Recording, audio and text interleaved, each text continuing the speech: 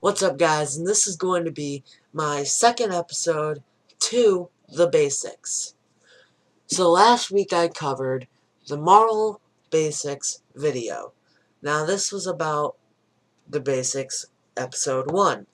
Now, because of the views I got on there, I'm thinking I shouldn't be doing what I thought I would do at the end of this video, but I'll do it anyway.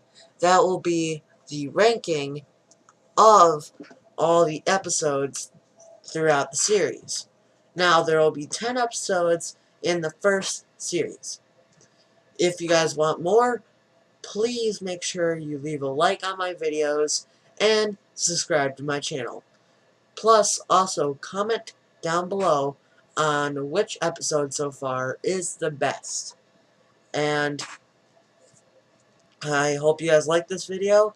And now, let's get back to what this video is about. So, in the 1960s, Mark Goodman, who I talked about in my last video, came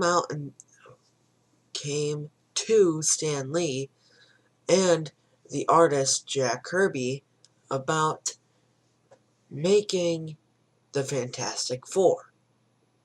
Now, they both did an original take on their characters by having them fight each other. That later on sprouted throughout the rest of the universe with other characters such as Spider-Man, Incredible Hulk, and the X-Men. So, then they later on did storylines with such as drug use and pollution.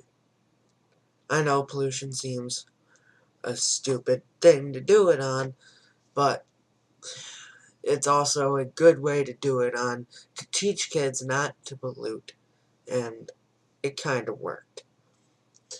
But in the late 1960s and early 1970s, a new generation of talent sprouted with the merge of Marvel. In 1967, Jim Sturcroy began to write and draw stories featuring secret agent Nick Fury in a ecology book, and he was based off the work that was happening in James Bond films, and well, that's why he was created for it, for stuff based on James Bond and their movies. Writer Chris Claremont and artist John Berlin began a long collaboration on a Uncanny X-Men in 1975. The pair of Vitalitas, the flagging series with characters such as Wolverine and a complex story arcs that soon made X-Men franchise one of the Marvel best sellers. In 1985, Mark Greenwood started a critical acclaimed 10-year run as a writer of Captain America. The same year, he began miniseries of Sundance Supreme in 1985 through 1986.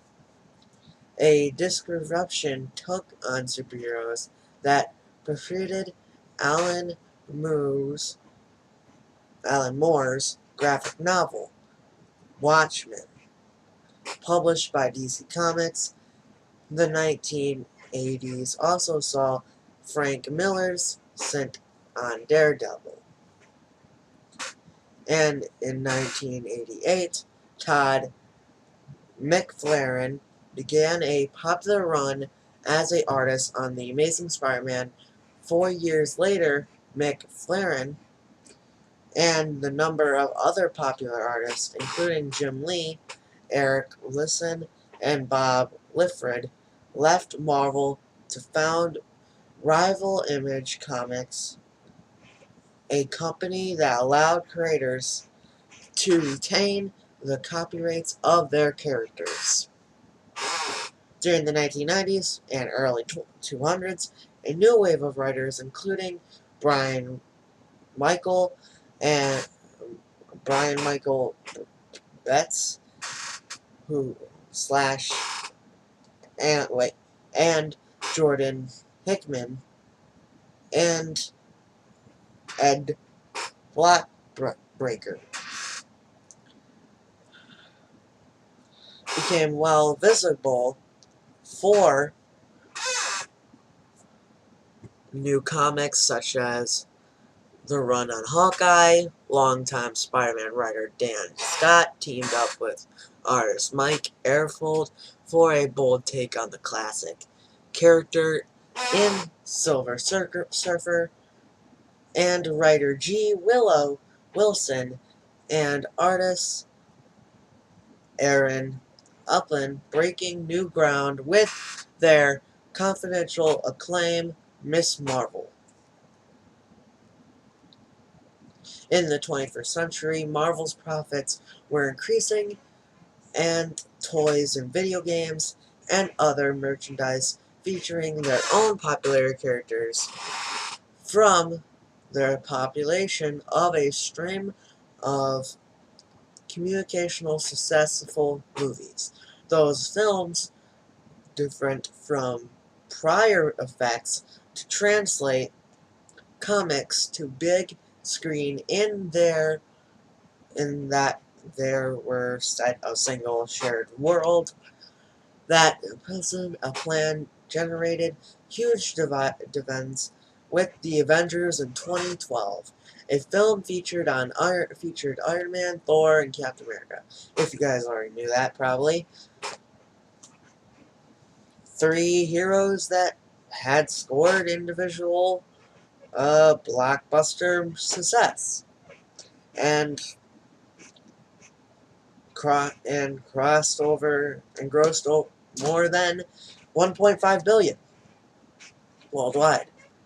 The Marvel Cinematic Universe, as it came to be known, grew into one of the most influential franchise film history, and they later on started up with Agents of S.H.I.E.L.D. and other TV shows taking place at that time, such as with the beginning of the Netflix series, Daredevil in 2015, and the other characters and TV shows, etc.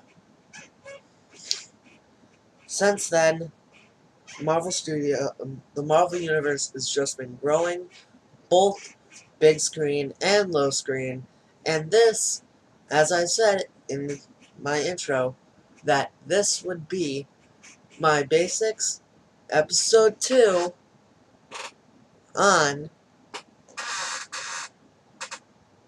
the Marvel Universe. See you later, guys. Goodbye.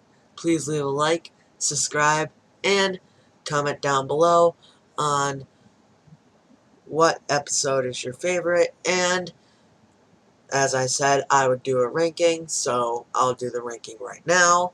So, by what I've gone through and what I think would be a better thing on... Now, this one was filled with more information, why Marvel Comics was the start of both of it. So I'd put Marvel Comics in number 1. And I'll put the Marvel Universe in number 2. So, see you later, guys. Goodbye. And please tune in when I make my next video. And leave a like, subscribe, and see you later, guys. Goodbye.